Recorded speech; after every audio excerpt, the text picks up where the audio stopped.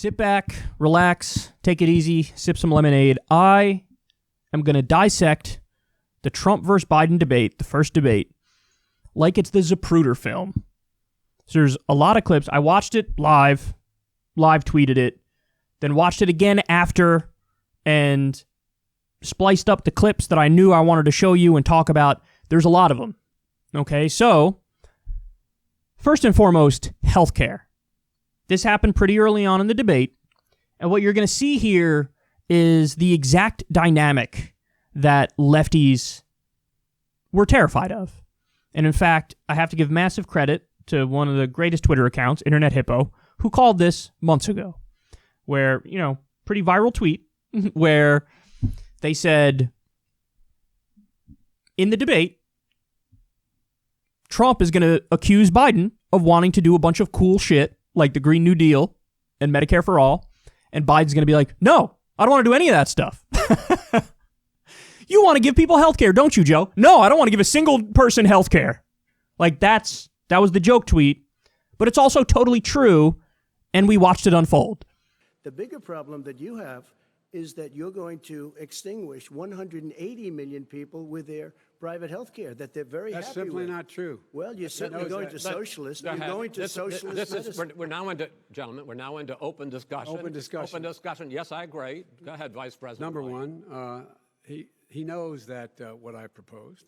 What I proposed is that we expand Obamacare and we increase it. We do not wipe any. And one of the big debates we had with 23 of my colleagues trying to win the nomination that I won were saying that Biden wanted to allow people to have private insurance still. They can.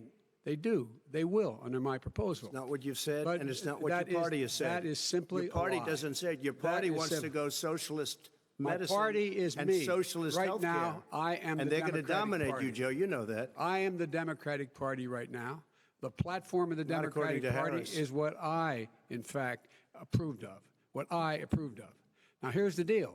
The deal is that it's going to wipe out pre-existing conditions. And by the way, the 200,000 people that have died on his watch, how many of those have survived? Well, there's 7 million people that contracted COVID.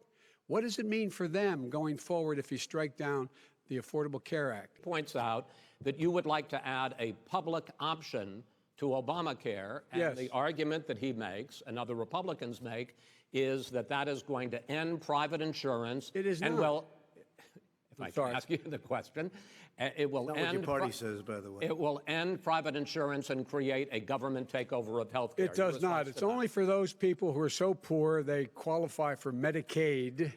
They can get that free in most states, except governors who want to deny people who are poor Medicaid. Anyone who qualifies for Medicare Medicaid would automatically be enrolled in the public option. The vast majority of the American people would still not be in that option, number one. Joe, you agreed with Bernie Sanders, who's far left, on the manifesto, we call it, and that gives you socialized medicine. Look, hey, Are you saying I'm not you going didn't to agree? listen to him. The fact of the matter is, I beat Bernie Sanders. Not by much. I beat him a whole hell of a lot. I'm Not by here much. standing facing you, old buddy. Pocahontas would have left Well, 2 I days tell early. you, You would have lost every primary. All he knows how to on do Super is hurt. Tuesday. You got Look, very lucky. here's the deal. I got very lucky. I'm going to get very lucky tonight as well. And tonight I'm going to With make what? sure, because With what? here's the deal. Here's the deal. The fact is that everything he's saying so far is simply a lie. I'm not here to call out his lies. Everybody knows he's a liar. But you I just agree. want to Hey, make Joe, sure. you're the liar. I want to make sure. Graduated last in your class, not first in your class. I want to make Mr. sure. President, can you let him finish, sir? No, he doesn't know how to do that. He has, You'd be surprised. you pick You'd be surprised. the Go ahead, wrong Joe. guy, Go, the go, wrong Joe, night at go. the wrong time. Listen, you agreed with Here's the Bernie deal. Sanders to the The manifesto. whole idea. Let Now you're him. disavowing it. There Go ahead. is no manifesto, number Please one. let him speak, Mr. Number President. two. You just lost the left. Number two. You just lost the left. You agreed with Bernie Sanders on a plan folks, that's absolutely folks, agreed do you have to, any and under that idea plan, what you have this clown's socialized, doing? They call it Mr. Medicare. Do you have any do? Socialized medicine. Mr. Well, President. I tell you what, he is not for any help for people needing health care. Because Bernie? because he, in fact, already has cost 10 million people their health care that they had from their employers because of his recession. So that was that was incredible. That whole back and forth was incredible. So, first of all, the accusation from Trump is, and again, this is framed as like, isn't this so negative? Like, you want socialist medicine. You want socialized medicine. You want a government takeover of healthcare. And of course, Biden's like, no, I don't. No, I don't. And Trump's like, well, your party does, and the people who are controlling you do. And he's like, no, I'm the party right now. I'm the Democratic Party right now. Then they talk about, well, that's going to end private insurance. And Biden's like, no, it's not. I really do find this amazing because this is such a great example of what we mean when we say the Overton window has shifted right over the years. The Overton window is the spectrum of debate that's viewed as acceptable and reasonable in Washington, D.C. among elites. And they're having this debate about healthcare off in la-la land on the right fringe because we have tens of millions of Americans who lost their healthcare because of COVID and because they lost their job. And so people are hurting out there. Medical bankruptcies is one of the top causes of bankruptcy. We have 45,000 to 60,000 people die every year because they don't have healthcare. And they're scrambling to defend the structure of the current system. They want to end private insurance. No, I don't. Imagine if we had somebody up there, and this is what Bernie would do. He'd effectively be like, you're damn right. Who loves their private insurance company? Are you kidding me? All they do is get in between you and your doctor. All they do is tell you no. You can't even pick whatever doctor you want because your doctor has to be in network because of your private health insurance company. They're an unnecessary, rapacious, for-profit, mafia-like middleman that just takes their cut between you and your doctor. They're totally useless. The whole point is to price gouge you. That's why they're there. They're parasites. They're leeches. They're moochers. Are you kidding me? And Trump's like, you want to end private insurance? And Biden's response is, no, I don't. Well, that's the problem, Joe. That's the problem. Jesus Christ. Imagine thinking that people love their private insurance. There's one poll that shows people are ambivalent on this, but then as soon as you tell them, hey, you can keep your doctor, then all of a sudden Medicare for All shoots way back up in popularity. As of right now, what is this? Nearly 70% of the country now that wants Medicare for All. You want to know why? Because we're in a pandemic and tens of millions of people don't have health care.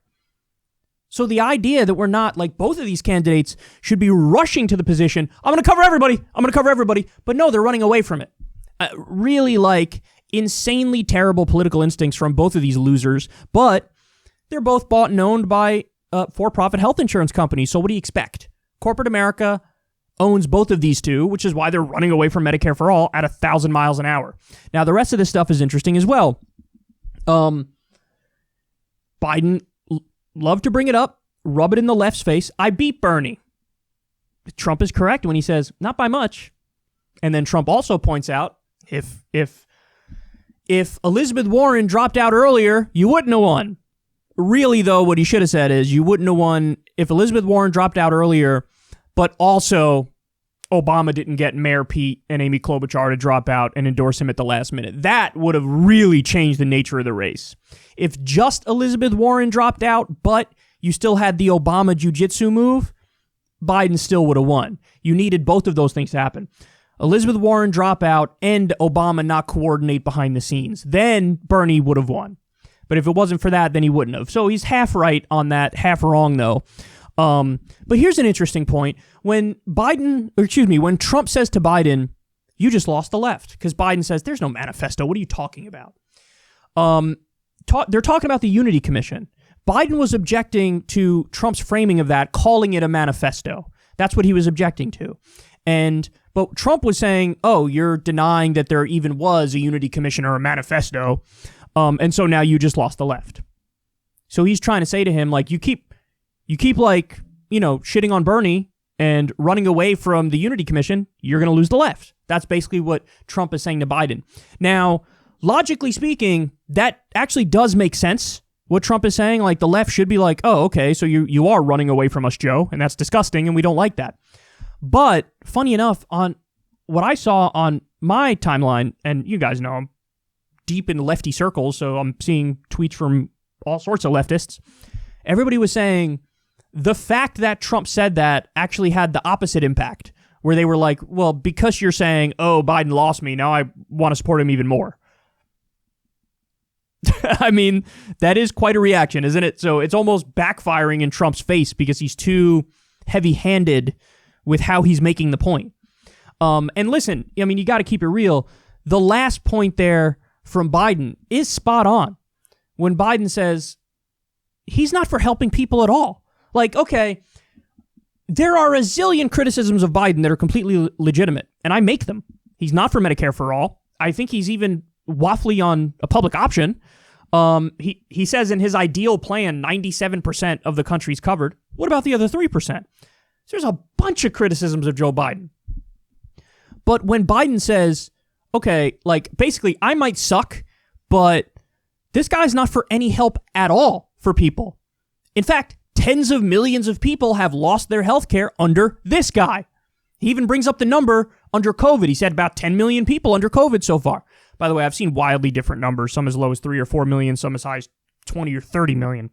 But Biden says 10 million people lost their health insurance under COVID. And you're going to attack me for health care? Because at least with Obamacare, we covered tens of millions of people. It wasn't nearly enough. It still kept the for-profit health insurance companies in control, all that stuff.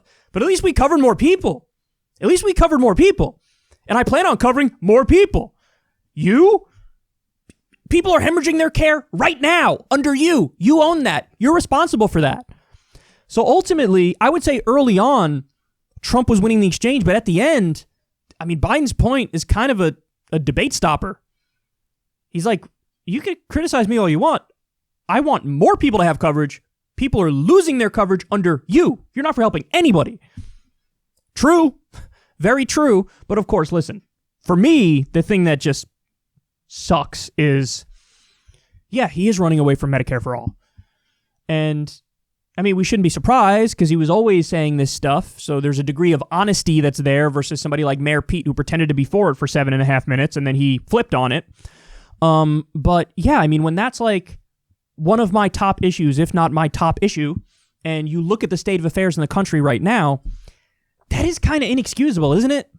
Like, really? We have a pandemic and a depression and tens of millions of people, no health insurance, and you're not for covering everybody. You're not for copying the rest of the developed world.